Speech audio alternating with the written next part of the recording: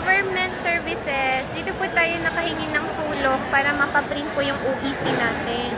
Kasi yung OEC ko po, di ko mahanap sa egov.com, yung bago po na in-inform po sa atin nung nasa Dubai po tayo. Last year, November, roughly like that, November, December. So, ang ginawa ko po, nag-rush talaga ako nung mga holidays dito sa Pinas. Nagtanong-tanong na ako, nagbasa-basa kung saan ko makukuha yung OEC. And yan nga po, hindi ko siya nakuha dun sa mga websites na hinanapan ko. Yung pala sa old na DMW website po, yung online services.dmw, mga ganun po. So, eto po, pagkatapos nating magpa-print, may mga binabasa tayo dito ng mga declaration.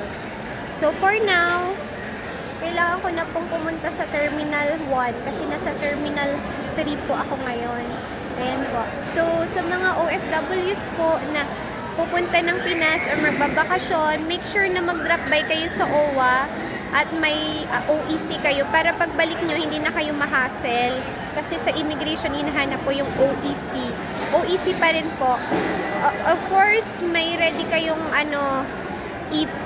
e-travel pass, tapos yun, OFW pass, mga ganon. Make sure na nagbasa talaga kayo. Pero so far, OEC pa rin po ang kailangan ngayong January 2026. Today is January 2. Thank you!